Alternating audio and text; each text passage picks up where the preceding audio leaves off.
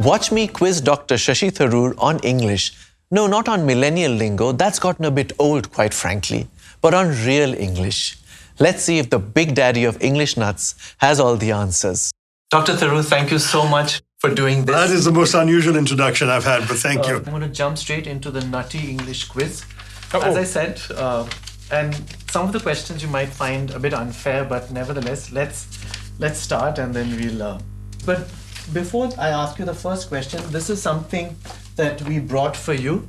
But I've already earned the gift. I believe you don't wear t-shirts. But I'd like you to take it out and show it to everybody. The and back I hope it's of it, extra large. It's a double XL.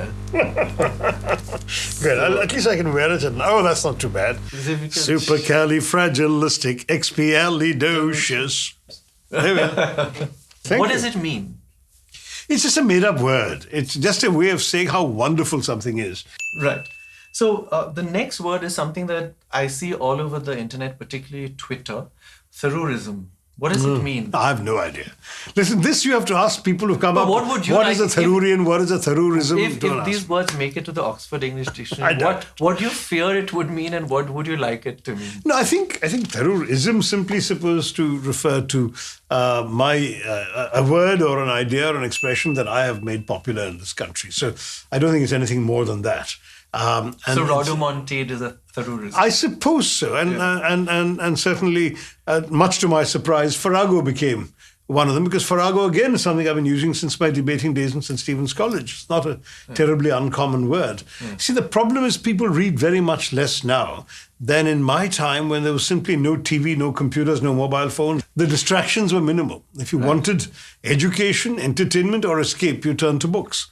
And for all of those, therefore, you read widely, you acquired a vocabulary. Right. So, farrago of lies, or farrago of misrepresentations, or farrago of misunderstanding, whatever, was actually a very common expression. One came across pretty much so many things one read, that to use it didn't seem to me particularly unusual. And then, to my surprise, turned out nobody else knew it. Just as I discovered to my chagrin that no one knew what cattle class meant.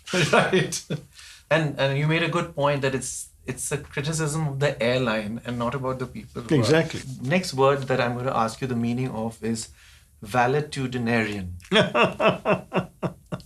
Valetudinarian is somebody who basically convinces themselves that they're sick all the time, and they talk about it a lot. A hypochondriac. Sort of a hypochondriac. A hypochondriac believes they're sick, but a valetudinarian says it all the time and tells people in great detail how sick they are and how they're about to fade away. I actually knew a valetudinarian like this who was large and robust and ridiculously healthy looking, but every time you met her, her only conversation was how ill she was. And then she shocked and surprised everybody by actually popping it. So, oops. These things should be taken seriously. Right. What's nudiustertian? I have no idea. Spell it for me. Nudiustertian. T-U? Nudiustertian. Not a clue. What language is this? Not English. So I think it's a somewhat obsolete word, but it's a word that relates to the day before yesterday. Oh, how interesting. Why can't you just say day before yesterday? Because I was trying to look up difficult words to quiz you on. All right. Well, I would never say nudiustertian. I'll say day before yesterday. Okay. So the next question is, it's a three-part question, words for phobias. So I'm going to ask you the word for a particular phobia. You have to guess what phobia it is. So the first one is hippophobia. I think it's a fear of very large things, right? No, I got it wrong. Tell me what it is then. It's a fear of horses. The hippocrene. Yes, entirely possible. Okay, good. Interesting. Right. The next one is papaphobia, which is not the fear of your father. Okay, I give up on that too. The Pope. Oh, that's interesting. Yeah. You're afraid of the Pope. Some people it's a very uncommon affliction. No, very uncommon affliction. Okay, and the last one is brontophobia. Brontophobia. Which is not I can think of Brontosaurus, I can think of Emily Bronte, but it won't be either. Okay. All right, what's it? It's the fear of thunder. Now that I should have known. Brontophobia, all right. Because we get quite a lot of thunder back home in Kerala. So, right. All right, flunked completely, English nut. Okay, the next one is a short word, half-pace. H-A-L-F? L-F-P-A-C-E. Half pace. It's a useful word, actually. Is it walking slowly? No? No. So a half pace is, you have the proper landing on the floor of a building, but the small landing which is in between, where the stairs take a turn to go down to the next landing, it's a half landing, and that's called a half pace. Okay. Well. So, all right. Now, this one is an interesting one for you. What is the etymology of Hobson Jobson? It comes from Yahusen, these Muharram chanters. Yeah, so they would chant that, and these chaps, the English, of course, always half heard things and tried to translate them into something they could relate to. So it became Hobson Jobson. Right. Full marks. Okay, which English word do we get from the old name for Sri Lanka? Serendipity. Right. Serendip was the old name for Sri Lanka. And it was a lovely coinage because the word itself, serendipity, is such a beautiful word. Right. It refers to unexpected discoveries of something really wondrous and pleasant, right, which always occur entirely by chance. Correct. So serendipity is not just seeing something wonderful, but seeing something wonderful unexpectedly. Right. I believe it's from a story called The Three Princes of Serendip, and it was used in English for the first time by Horace Walpole in a letter to a friend where he was talking about a lost painting which had been rediscovered. How nice. Yeah. So and these are lovely stories. Yeah. So serendipity has played an important role in product invention. So this is a really unfair question, but okay, there's something called acrylate copolymer microspheres, which were invented accidentally, serendipitously in 1968, while trying to create super strong adhesives for the aerospace industry. Wow. Do you know what this actually found its way into? Which is something you probably use every day. Every day? Yeah. It can't be dentures, they don't need them yet.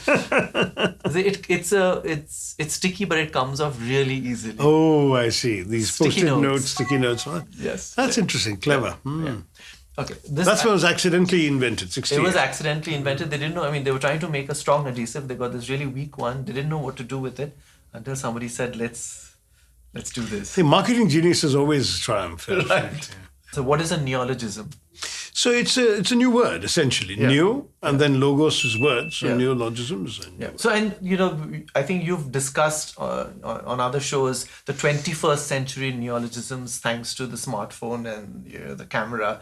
Things like duck face and lol and all that. I don't know why you have to say duck face. Can't you say pouting? Yeah, I don't know. So I don't know why it's considered attractive to make a duck face. That's always.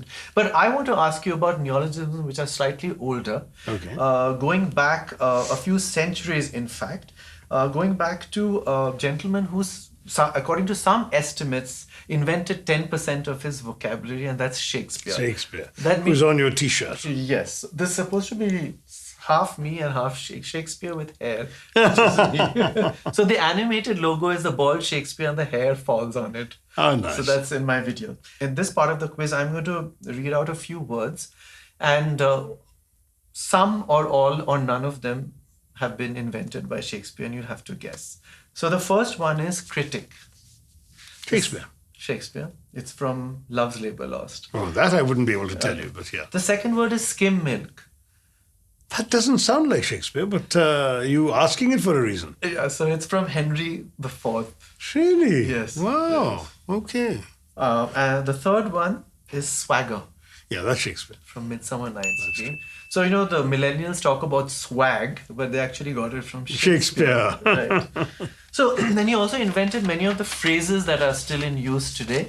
So, again, I'm going to tell you a few phrases and you have to tell me if they're from Shakespeare or not. The first one is love is blind. Yeah. Yeah, it's from The Merchant of Venice. The second one is wild goose chase. Sounds like it could be Shakespeare because he would make up things like that. Romeo and Juliet. The third one, knock knock, who's there? Yes, that comes. I've actually seen that play. Is it Twelfth Night? Macbeth. Macbeth, all right. Oh, the So witches. Shakespeare even invented the knock knock joke. Thank you so much. Pleasure. Doctor. Catch one English nut chatting with another. He's the English nut. Bye for now.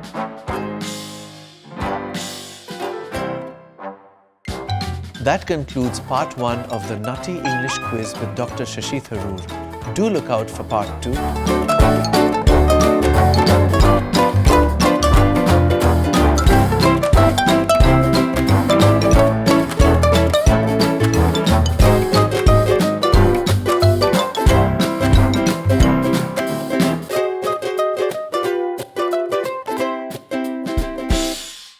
Watch all episodes of Dr. Shashi Tharoor chatting with me about the English language.